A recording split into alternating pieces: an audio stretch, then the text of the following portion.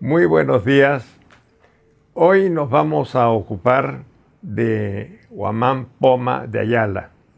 Particularmente vamos a hacer un análisis acerca de la idea de la historia que aparece en la obra ilustrada que él escribió entre los siglos XVI y XVII, que es el primer Nueva Crónica y Buen Gobierno.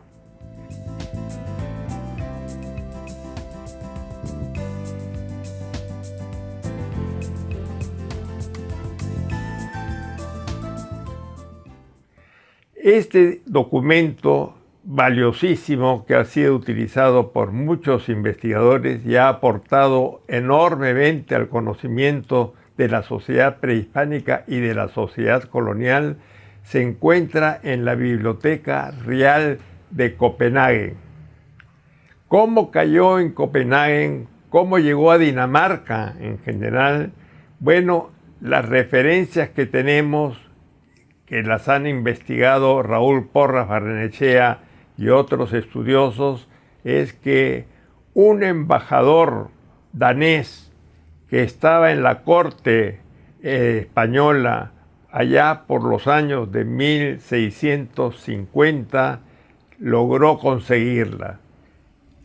¿Cómo sería que la consiguió? La compró, se la regalaron. Lo cierto es que por 1650 el documento ingresa a las manos de los daneses. Luego, ya en el siglo XVII, XVIII, aparece registrado en los catálogos que tiene la biblioteca. Ya sabemos que está allí el documento. El documento fue descubierto por un alemán que se llama Richard Pitzman, que trabajaba en la Universidad de Göttingen en Alemania. Y este investigador, interesado en los temas de América Latina y muy particularmente en la sociedad prehispánica peruana, en el año de 1908 lo da a conocer y escribe un artículo. Ese artículo puede ser consultado en las páginas introductorias del primer facsímil que se preparó de este manuscrito, que lo hizo Paul Rivet en el año de 1936. A partir del momento en que Pitzman da a conocer la existencia de este documento, se causa un revuelo muy grande entre los investigadores. Uno de ellos, el profesor Markham, el británico Sir Clement Markham, que era un estudioso de los incas, y se aproxima y le pide permiso para que pueda revisarlo. Ya Markham, más o menos por los años de 1912, también lo comenta, pero no prepara un estudio particular. Comienzan a interesarse ya distintas personas y el documento sigue en las manos de Pitzman, que tiene la idea de poder hacer una edición de esta obra, una publicación, porque desde el primer momento en que la estudió quedó absolutamente fascinado y consideró que debería de ser publicada. Pues Pitzman desafortunadamente no puede cumplir con sus propósitos. Tiene muchas dificultades para conseguir el dinero para hacer la publicación y fallece por los años de 1923. Ya por esos años entonces que es tan reconocida la obra, hay otros investigadores que se interesan, particularmente el célebre investigador Paul Rivet, que era el director del Museo Antropológico en Francia. Y él sí asume la tarea de preparar la primera edición facsímil de este documento, que sale en el año de 1936. A partir de ese momento se difunde por distintas partes y aparecen estudios, incluso un poco antes que la publicase, hasta unos historiadores peruanos se interesaron en este documento y sacaron algunos artículos. Y esos artículos los dieron a conocer en algunas revistas nacionales. Hay un huanuqueño, por ejemplo, que está muy interesado en este tema y los dio a conocer en una publicación de una revista, en una secuencia de números de la revista. Pero el gran trabajo es el de Paul Rivet. Ahora, en cuanto a los estudiosos, el mejor estudio es el que hizo nuestro afamado investigador Raúl Porras Barrenechea, que era historiador. Y hizo un análisis, pero lo hizo de acuerdo a su formación occidental, de acuerdo a su formación de historiador occidental, y la juzga de acuerdo a los cánones de la historiografía occidental.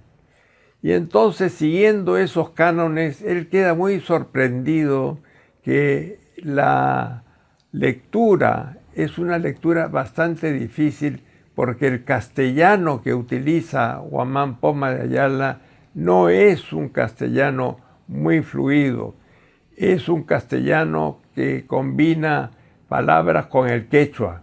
En realidad, podríamos decir, y esto es cierto, que era un quechuañol lo que estaba utilizando. Ahora, el gran valor que tiene el trabajo de Raúl Porras Barrenechea es que verdaderamente hace constar que el autor de este documento no era pues un hispano, sino era un indígena andino. Es un indígena que no habla un castellano fluido, es un castellano mezclado con quechua y que no es muy preciso en los datos históricos que él presenta y que pareciera que tuviera una beetría mental. ¿Qué cosa era beetría mental? Era un caos en la cabeza. Pues eso a mí me preocupó un poco, porque la verdad es que yo temía de que si bien el análisis confirmaba de que estábamos ante un autor indígena y no un autor hispánico, estaba juzgando la mentalidad de Guamán Poma indígena bajo una mirada que era una mirada etnocéntrica, una mirada que no llegaba al punto de vista de los indígenas. De tal manera que me propuse en mi investigación demostrar que él no tenía una beetría mental, sino que lo que sucedía es que pensaba en categorías diferentes a las que enmarcaban la historiografía occidental. Esas categorías diferentes son las que yo analicé a lo largo de toda su obra.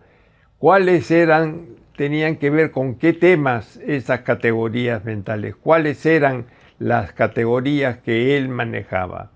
Por ejemplo, tiempo, espacio, luego orden social, luego orden político. Estos eran los 4 aspectos que más me interesaban. ¿Y por qué me interesaban estos aspectos? Porque es lo que más destacaba en la Nueva Crónica. La primera parte de la Nueva Crónica está dedicada, por ejemplo, a las edades del mundo. Y él habla que en el mundo andino habían 5 edades, habían pasado 5 edades, y que en el mundo occidental también habían pasado 5 edades. Para el mundo andino, él hablaba de una primera edad que llamaba Warihuiracocharuna, la segunda Wariruna, la tercera Purunruna, la cuarta Aucaruna y la quinta era Inca Incaruna. Mientras que en el mundo occidental las edades también son 5. La primera edad es la edad de Adán y Eva, la segunda edad es la edad de Noé, la tercera edad es la edad de Abraham, la cuarta edad es la edad de David y la quinta edad es de Cristo. Pero había una nota que hay que destacar, que a cada uno de estas edades, a estas colectividades de edades, le pone un número determinado de años que son iguales.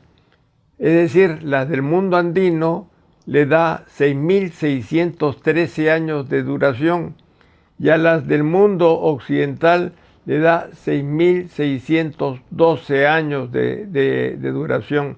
De tal manera de que ya ese hecho de darles duraciones que son iguales prácticamente para estas quíntuples edades, ya sugiere de que su visión del tiempo es una visión estática, y digamos estática y cíclica. Y ahí tenemos una gran diferencia con la perspectiva occidental que manejaba Raúl Porras Barrenechea, que se basaba en lo que nosotros actualmente también utilizamos, que es una visión lineal del tiempo, una visión lineal, una visión cambiante del tiempo. El espacio también lo organizaba bajo modelos determinados. Y entonces él hablaba de que los andinos estaban divididos en 4 suyos. Uno era el Chinchaysuyo, el otro era el Antisuyo, el otro era el Collasuyo, el Contisuyo. Pero al centro de los 4 suyos estaba el Cusco. Y en el Cusco estaba el Inca. Y el Inca siempre aparece como si fuera la figura central, es la figura más importante. Así como en las edades él decía que la quinta edad era la edad de los incas, en la organización del espacio, la edad central era la edad del Inca. El Inca adquiere una relevancia especial, es una especie de eje de la historia. Pues bien, ese punto me interesó muchísimo porque guardaba correspondencia con su visión del orden social. Él consideraba que así como el tiempo era estático, los individuos debían de ceñirse a la posición social que habían tenido sus padres al nacer. Nadie podía cambiar de estatus. El estatus era adscrito. El estatus, él no creía en el estatus adquirido. Es decir, si uno nació indígena, debía permanecer indígena. Si uno nació español, debía permanecer español. Si uno había nacido noble, debería de mantenerse como noble. Si había nacido como tributario, debía ser tributario. Si cambiaba de estatus y pretendía ser otra cosa, por ejemplo, un tributario no se llamaba don, los nobles eran don. Si un tributario aspiraba a denominarse don, estaba quebrantando las reglas del orden social. Y junto con esto, para mantener esta posición fija que tenían los individuos desde su nacimiento, para mantenerla, el matrimonio tenía que ser endogámico. Él no creía en los matrimonios entre categorías sociales diferentes, y es por eso que él considera que una de las razones por las cuales el mundo andino se ha derrumbado es porque se ha producido el mestizaje. Él consideraba que los españoles deberían de haberse quedado en España y los indígenas eran verdaderos y legítimos propietarios en las Indias. Los españoles no eran propietarios de las Indias y tenían que marcharse. De tal manera que su tesis principal está en que el desorden que se ha producido a partir de la conquista, ese desorden se debe fundamentalmente a que se ha quebrantado las reglas que existen del mantener un orden estático, un orden adscrito y no un orden adquirido, empezando con la idea de que no se deben de dar mezclas entre los dos grupos sociales. Y cuando él habla, por ejemplo, de Lima y hace una descripción de su llegada, Lima para entonces, para la época en que está escribiendo más o menos por los años de 1611, él llega a Lima y dice de que Lima era un emporio de desorden, donde las mujeres se han prostituido porque se han unido con españoles. El hecho que Lima dé muestras de eso que él considera una aberración, que es la mezcla, ya para él le permite criticar a la ciudad de Lima. Lima se ha convertido en un emporio del caos que reina en el mundo andino desde la llegada de los españoles. En quechua, el concepto para caos era Pachacútec. Él consideraba que la llegada de los españoles había producido un Pachacútec. No veía la conquista como un fenómeno histórico, sino más bien como un fenómeno cósmico que había puesto el mundo al revés. Por eso él insiste constantemente que el mundo está al revés. El mundo al revés es el Pachacútec. Ahora bien, viven en un Pachacútec. ¿Cómo salir de esta situación de Pachacútec? La única alternativa es que un principio que sea proporcional a Pachacútec pueda enderezar el desorden que se ha causado y producir un nuevo orden. ¿Quién es este principio? Era el Inca que era divino, que se situaba al mismo nivel que los dioses, de tal manera que él considera que si se va a restablecer el orden, el único que tiene la capacidad para poder restablecer el orden es el Inca. Pero el Inca ya ha sido ejecutado. Atahualpa, el último Inca, había sido ejecutado. ¿En quién desplaza la imagen del Inca? La desplaza en el rey de España, la desplaza en Felipe III. Él, en realidad, pone a todos los reyes españoles como si estuvieran en la posición de los restauradores del orden, ¿no? Carlos V, Felipe II y Felipe III, que son los tres monarcas que él conoció, ellos son los restauradores del orden. De tal manera que si se va a restablecer este orden, hay que dirigirse al rey de España.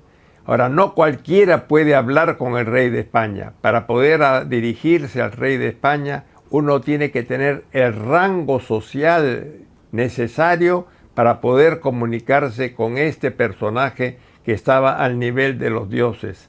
De tal manera que Huamán Poma, que está tratando de enviarle este mensaje a el rey de España, él se presenta como príncipe, como descendiente de príncipe, como descendiente de Cápac Apo Huamánchahua, que había sido el rey del Chinchaysuyo, que había tenido la corona más alta, y su padre había recibido a los españoles cuando habían llegado acá a las Indias, de tal manera que él se propone como su consejero, como el consejero del rey de España, alertándolo de los problemas que se han ido suscitando a fin de que él tenga las bases suficientes como para poder restablecer el orden. Es por eso que en cierta manera podríamos denominar su documento no tanto como una nueva crónica, porque no es una obra propiamente histórica, sino que es una obra que lo que busca es el restablecimiento del orden. Y es por eso que se le ha denominado Carta al Rey. Es una carta al rey, El primer Nueva Crónica y Buen Gobierno es un documento que se lo envía al rey de España para que él pueda restablecer el orden que ha sido desbaratado por la conquista, que ha sido el Pachacuti que han traído los españoles al fusionarse con los indígenas. De tal manera que considera que para que se pueda restablecer este orden hay que separar a los indígenas de los españoles. No pueden estar juntos. Mientras estén juntos, el desorden permanecerá. Este es el elemento que le da un cierto sentido mesiánico al trabajo de Huamampoma. La expectativa, la esperanza que pueda venir un orden que se había perdido porque se habían juntado españoles con indígenas. Esto ha sido todo por hoy. Ya nos veremos en alguna otra oportunidad. Muchas gracias por su atención.